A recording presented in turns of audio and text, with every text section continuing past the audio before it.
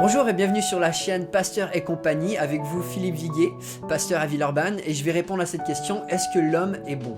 C'est vrai que quand on fait un constat de notre société et de notre histoire, il y a beaucoup de négatifs.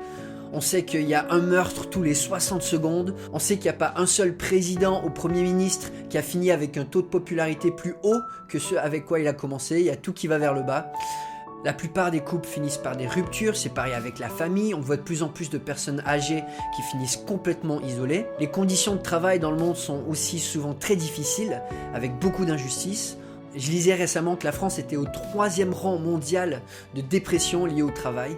Souvent même quand on essaie de faire de l'humanisme, ça marche pas. J'ai des amis qui travaillent pour une œuvre humanitaire et ils me disaient que souvent en allant dans un pays, ils travaillent, puis quand ils repartent, la situation est encore pire parce que les gens ne se sont pas responsabilisés, les gouvernements ont profité de la situation et finalement beaucoup de travail est fait en vain. Le mal arrive dès la naissance, les bébés sont égoïstes, les enfants ne naissent pas avec un cœur altruiste voulant à tout prix faire le bien autour d'eux. Le premier mot de tous les bébés c'est « moi ». Enfin, c'est ce que j'ai vu avec mes 3 enfants et ce que mes parents ont vu avec moi et mes 5 frères et sœurs, et je pense que c'est l'expérience de tous les parents d'avoir des enfants finalement qui très tôt, dès les premiers stages de la vie, vont exprimer un cœur avec du mensonge, avec de l'égoïsme, avec de la violence, avec de la cruauté, etc. Quand on étudie notre histoire, on étudie des guerres, des conflits. Les fêtes nationales sont souvent des fêtes qui célèbrent justement la victoire face à des oppresseurs, face à des guerres, face à des situations critiques. Le mal sature notre quotidien. Quand on allume les nouvelles, c'est ce qu'on voit. Le cœur de l'homme est avide, il a soif d'argent, il cherche à se plaire à lui-même, il est égoïste, il est jaloux, il est ingrat, il est menteur. Mais le monde qui nous entoure n'est pas que du mauvais. L'homme est capable de faire des belles choses. Je pense à l'art, la culture, la gastronomie, la créativité, l'ingéniosité. Dans les traits du caractère humain, on voit aussi de la persévérance, on voit la capacité de surmonter des épreuves. Il y a de l'amour, il y a de l'amitié, il y a des sacrifices, il y a de la générosité. Il y a quand même pas mal de belles choses que l'homme est aussi capable de faire. Alors sur la nature de l'homme, il y a 2 écoles de pensée qui sont un petit peu en conflit, celle qui dit que l'homme est bon et celle qui dit que l'homme finalement n'est pas bon. Je pense à la citation, peut-être que vous avez entendu, la citation latine de Plaute, l'homme est un loup pour l'homme, et qui finalement fait le bilan que voilà, quand l'homme exprime son cœur, finalement c'est souvent dans la méchanceté. Mais quand on regarde au plupart des grands mouvements de pensée, ça c'était plutôt pas forcément de dire que l'homme est mauvais, mais l'homme est PMF. L'homme peut mieux faire. C'est un petit peu l'idée de la pensée grecque.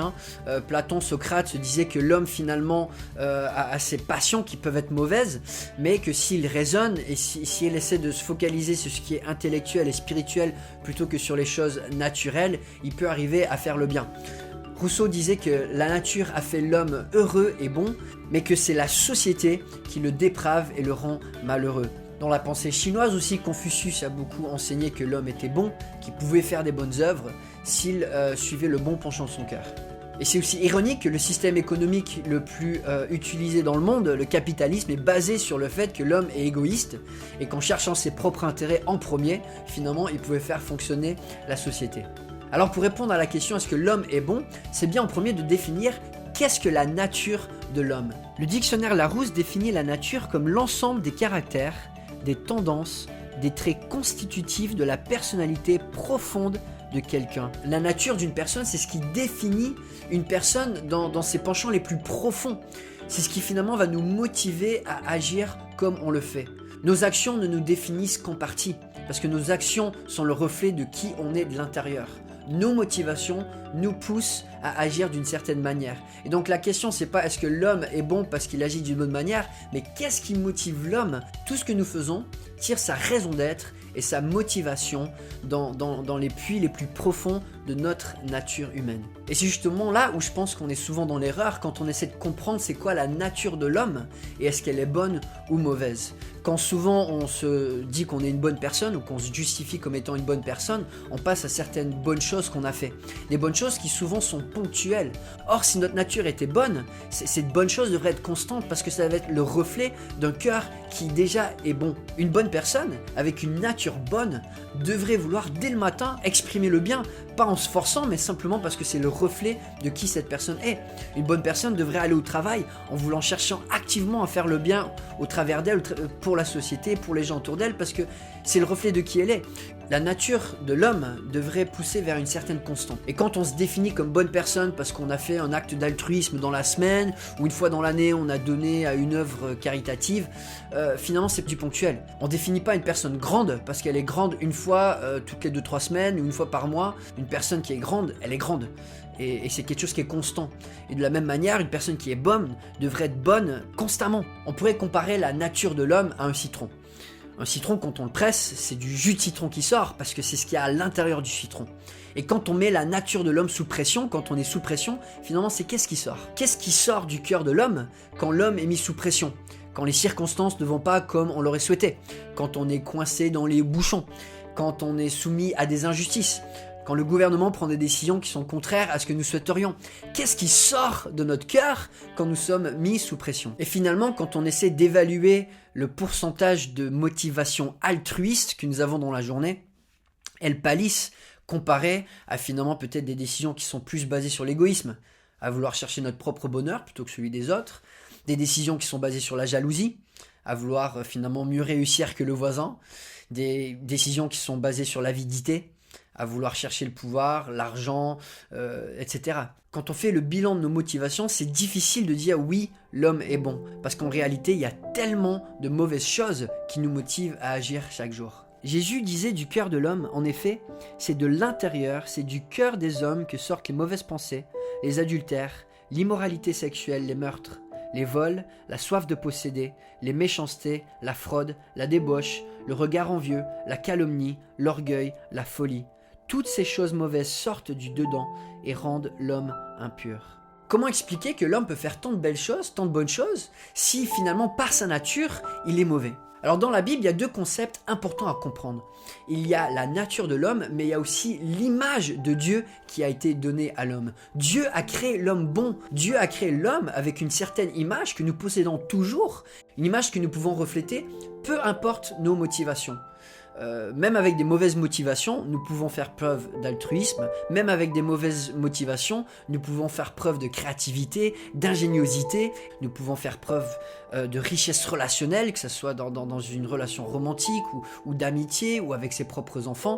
Et en portant cette image de Dieu, finalement, Dieu nous a conféré plein de belles choses. Cette image de Dieu fait que l'homme est obligé finalement de faire des belles choses parce que c'est notre constitution. Une panthère, par exemple, peut avoir un pelage magnifique, des yeux pétillants de couleurs, avoir une forme féline à couper le souffle, porter une belle image, mais ça ne dit rien sur son caractère ni sur ce qui la motive. Cette panthère peut être une tueuse sanguinaire tout en ayant une forme magnifique. Dieu a créé l'homme à son image, et dans cette image, il y a plein de belles choses. Dieu nous a créés relationnels, il nous a créés capables d'aimer, d'avoir des relations riches en amitié. Dieu nous a créés créatifs à son image, lui, le Dieu créateur, donc capables d'innover, d'être ingénieurs. Dieu nous a aussi créés pour être les gestionnaires de sa création, pour pouvoir s'adapter, pour pouvoir persévérer, pour pouvoir surmonter les épreuves et les défis. L'image de Dieu, c'est aussi de savoir réfléchir, de pouvoir être raisonnable. Donc c'est sûr, dans notre constitution humaine, il y a des belles choses, des choses que Dieu nous a données et que même la chute n'a pas pu enlever. Tout ingénieur, lorsqu'il fait une invention, a aussi un but pour son invention. Et quand on essaie d'utiliser quelque chose pour un but contraire, souvent c'est dévastateur, c'est destructeur. On n'essaie pas de faire une omelette avec une machine à café. On n'essaie pas de creuser des trous avec une porcelaine. On n'essaie pas de se brosser les dents avec de l'eau de javel. Une invention a un but et quand on l'utilise dans un but contraire, c'est dévastateur, c'est destructeur.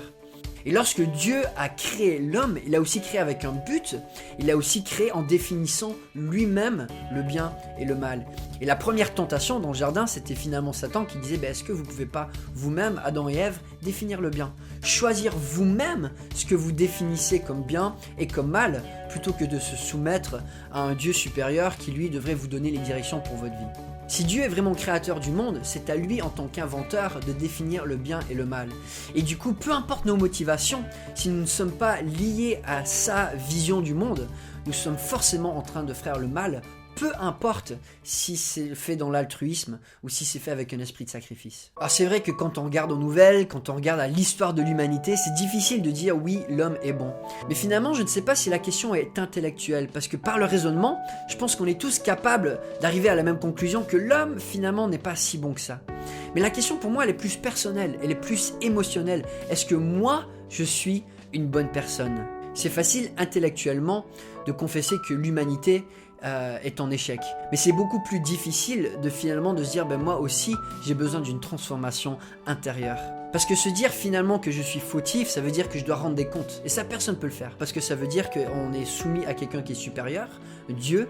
Et ça, le cœur, il est rebelle. Et c'est frappant parce que la plupart des gens à qui je demande « Êtes-vous une bonne personne ?» vont me dire « Oui, je suis une bonne personne. » Et pourtant, on sait, l'humanité entière ne fait pas le bien.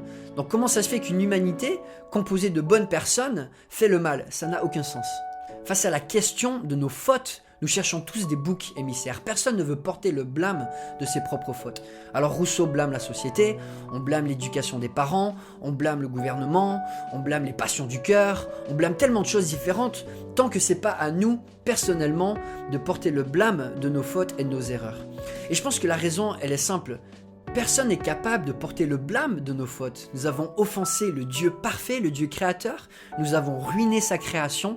Il n'y a pas de quantité de bonnes œuvres que nous puissions faire qui peut rattraper et racheter toutes les œuvres égoïstes que nous faisons au quotidien. Mais c'est parce que nous ne pouvons pas porter ce blâme que Dieu lui-même a envoyé son Fils Jésus-Christ pour le porter pour nous. Et ça, c'est le message de l'Évangile, que parce que nous sommes dans notre nature, avec des motivations mauvaises, incapable de faire le bien dans ce monde et de créer une humanité bonne, que Dieu s'est fait homme et qu'il a porté premièrement la condamnation de nos fautes, parce qu'il y a un prix à toute faute, et Dieu est juste, et ces prix ont eu une condamnation, parce que si Dieu est parfait, on sait qu'il n'y a pas la place pour l'imperfection dans sa présence. Nous ne pouvons pas avoir une relation personnelle avec Dieu si nous apportons le mal dans sa présence. Pour pouvoir être dans la présence de Dieu, nous avons besoin d'être couverts de nos fautes. Et ça, c'est la première chose que Jésus fait à la croix. Il porte sur lui nos fautes quand nous plaçons notre foi en lui, pour que du regard de Dieu, Dieu voit son Fils dans sa justice et pas nous dans notre injustice. Et puis deuxièmement, en nous réconciliant avec lui, Dieu nous permet de recevoir son Saint-Esprit en nous pour justement être transformés dans nos motivations, transformés dans les désirs de notre cœur. Et comme Paul l'écrit en 2 Corinthiens 5, 17, « Si quelqu'un est en Christ, il est une nouvelle créature. Les choses anciennes sont passées, voici toutes choses sont devenues nouvelles. » Blaise Pascal disait que la grandeur de l'homme est grandeur en ce qu'il se connaît misérable. C'est vrai que nous avons une belle image que Dieu nous a donnée, mais la vraie grandeur de l'humanité, c'est de pouvoir refléter le Dieu vivant. Et pour pouvoir le faire, nous avons besoin de transformer nos motivations intérieures. Et nous avons besoin d'un grand sauveur. Et ça, c'est la bonne nouvelle de l'Évangile, que nous avons ce sauveur en Jésus-Christ.